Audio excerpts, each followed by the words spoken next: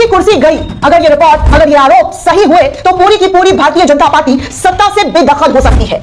मोदी की कुर्सी में आखिरी कील ठोक दिया गया है दोस्तों। बहुत बड़ा खुलासा किया गया है, बहुत बड़े आरोप लगाए हैं। आपकी और हमारे सबसे कीमती वोट का फर्जीवाड़ा कैसे हुआ है, किस प्रकार से हुआ है, ये किसी छोटे मोटे शख्स के जरिए नहीं बल्कि इस देश के फाइनेंस मिनिस्टर के पति प्रभाकरन का आरोप है दोस्तों। उनके द्वारा कहा गया एक रिपोर्ट सामने आया है जो आपको सुनाऊंगी, बताऊंगी तो आप दंग हो जाएंगे कि हमारे और आपके वोट के साथ कैसे खिलवाड़ हुआ है और कितने बड़े बड़े आरोप के साथ खुलासा किया गया है। सुनकर दंग हो जाने वाली ये रिपोर्ट है दोस्तों। सोचिए, देश का सबसे बड़ा लोकतांत्रिक जो हमारा और आपका अधिकार होता है, उस अधिकार को सिंधमारी कर दी गई है। क्या ऐसा हुआ है? क्या इस तरीके की चीज हुई है? क्योंकि अगर कोई छोटा मोटा नेता कहता, विपक्ष के कोई आए गए नेता के जरिए कहा गया होता तो बात अलग होती। राहुल गांधी ने बार बार चीख चीख कर कहा, राहुल गांधी की बातों का दोस्तों सीरियस नहीं लिया गया, राहुल गांधी की बातों को इग्नोर किया गया। लेकिन अब इस देश के फाइनेंस मिनिस्टर, वित्त मंत्री के पति प्रभाकरन कह रहे हैं कि देश के साथ गद्दारी हुई है, देश के साथ धोखेबाजी हुई है और इंडिया गठबंधन की बड़ी जीत होने वाली थी, लेकिन उस जीत को भारतीय जनता पार्टी ने चोरी कर लिया है, छीन लिया है। आदाब, नमस्कार, जय हिंद दोस्तों। आज बहुत बड़ी खबर के साथ हाजिर हुई हूं। इस खबर को आखिर तक जरूर सुनिएगा और लोगों तक भी शेयर कीजिएगा क्योंकि बहुत बड़ी अपडेट, बहुत बड़ी खबर बताने वाली दोस्तों। 2024 के चुनावों को लेकर एक ऐसा सवाल उठ गया है कि जिसने देश की राजनीति में हलचल मचा दी है। सवाल सिर्फ एक राज्य का नहीं है, सवाल है लोकतंत्र की विश्वसनीयता का। आरोप यह है कि आंध्र प्रदेश के चुनावों में आधी रात के बाद लाखों वोट डाले गए हैं और उसी में नतीजे आंध्र प्रदेश के बदल दिए हैं। और सबसे बड़ी बात, यह आरोप कोई विपक्षी नेता नहीं लगा रहा है, यह आरोप लगा रहे हैं अर्थशास्त्री पराकला प्रभाकर, जो खुद केंद्रीय वित्त मंत्री निर्मला सीतारमण के पति हैं।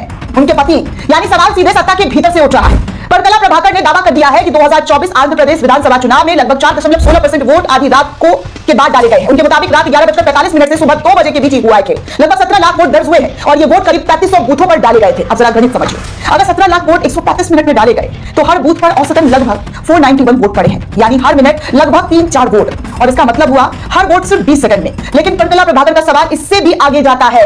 उन्होंने कहा है कि उस चुनाव में एक साथ, यानी कि लोकसभा चुनाव में, विधानसभा चुनाव में दोनों के लिए वोट पड़े थे और ईवीएम के साथ वीवीपैट मशीन भी लगाई गई थी। ऐसे में एक वोट डालने की प्रक्रिया में पहचान, बटन दबाना, वीवीपैट स्लिप देखना, यह सब कुछ शामिल होता है।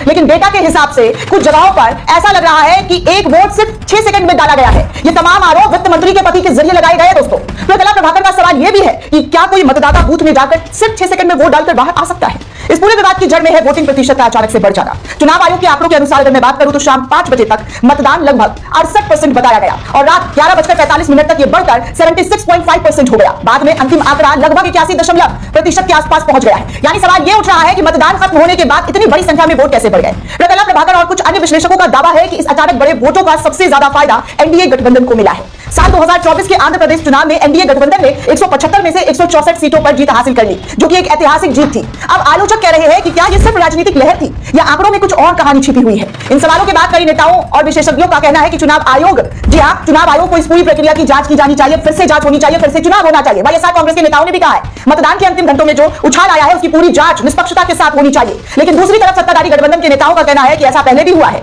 जब मतदान खत्म होने से पहले लंबी कतारों में खड़े लोग देर रात तक वोट डालते हैं तो ऐसा पहले भी किया गया है। इस पूरे विवाद को और बड़ा तब बनता है दोस्तों जब एक और तथ्य सामने आता है। पराकला प्रभाकर सिर्फ एक अर्थशास्त्री नहीं है, ये वही शख्स है जो केंद्रीय वित्त मंत्री निर्मला सीतारमण के पति हैं। यानी सवाल सत्ता के बिल्कुल अंदर से आ रहा है। उन्होंने पहले भी दावा किया है कई बार कि देश भर में चुनावी आंकड़ों में कई जगह असामान्य अंतर दिखाई देता है और सबसे बड़ा सवाल है कि अगर इन आरोपों की जांच होती है और इसमें सच्चाई निकलकर सामने आती है तो यह सिर्फ एक राज्य का मामला नहीं रहेगा, यह बन सकता है पूरे देश का मामला, भारत के चुनावी इतिहास का सबसे बड़ा घोटाला साबित हो सकता है। क्योंकि सवाल सिर्फ एक चुनाव का नहीं होगा दोस्तों, सवाल होगा कि क्या ईवीएम सुरक्षित है हमारे देश में, जिस ईवीएम को लेकर लगातार विपक्ष के जरिए सवाल खड़े किए जाते हैं। क्या मतदान के आंकड़े पारदर्शिता बने हुए हैं? क्या ये लोकतंत्र की बुनियादी मजबूत है? फिलहाल ये सिर्फ आरोप और सवाल है दोस्तों। इन पर चुनाव आयोग की तरफ से या अदालत की तरफ से कोई अंतिम फैसला नहीं लिया गया है। लेकिन इतना जरूर है दोस्तों, इतना जरूर मैं कहना चाहूंगी कि अगर ये मुद्दा आगे बढ़ता है तो देश की राजनीति में एक बड़ा तूफान आ सकता है। मोदी की कुर्सी खतरे में पड़ सकती है और तब शायद तय होगा कि 2024 का चुनाव लोकतंत्र की जीत था या आंकड़ों की कोई अनसुलझी पहेली। आंकड़ों में हेराफेरी कर बनाई गई ये सरकार, क्या इस तरीके की ये तमाम चीजें देखने सुनने को मिल सकती है? क्योंकि यहाँ साफ तौर पर दिखाई दे रहा है दोस्तों कि किस तरीके से बार बार विपक्ष के जरिए किस तरीके से सवाल उठाए जा रहे हैं। विपक्ष कह रहा है कि कैसे, जी हाँ, बीजेपी एक खेल खेल रही है। उन्होंने 1 करोड़ 20 लाख मतदाताओं के पश्चिम बंगाल के अंदर नाम हटा दिए हैं, इसलिए हमने सुप्रीम कोर्ट का रुख किया। सुप्रीम कोर्ट ने फैसला सुनाया कि ऐसा हो नहीं सकता है। ये तमाम चीजें ममता बनर्जी के जरिए कही जा रही है दोस्तों। अब आप सोच सकते हैं कि क्या और किस तरीके के नतीजे देखने सुनने को मिल रहे हैं। बार बार लोकतांत्रिक चुनावी प्रक्रिया के ढांचों पर सवाल खड़े हो रहे हैं और सवाल खड़े हो क्यों ना, जब इस तरीके की बातें कोई बड़े शख्स सत्ता में बैठे हुए लोगों के जरिए, उनके पति के जरिए कहा जाने लगे दोस्तों, तो ये कोई छोटी मोटी बात नहीं हो सकती है और इसे इग्नोर नहीं किया जा सकता है। क्या हमारे देश में हमारे वोटों के साथ खिलवाड़ किया गया है, हमारे वोटों के साथ धांधली की गई है? ये सवाल सरकार से लगातार पूछा जा रहा है और इन तमाम सवालों का जवाब ना तो सरकार के पास है ना चुनाव आयोग के पास है। तो आखिर जनता जाए किसके पास? आखिर विपक्ष किससे सवाल पूछे? आखिर जो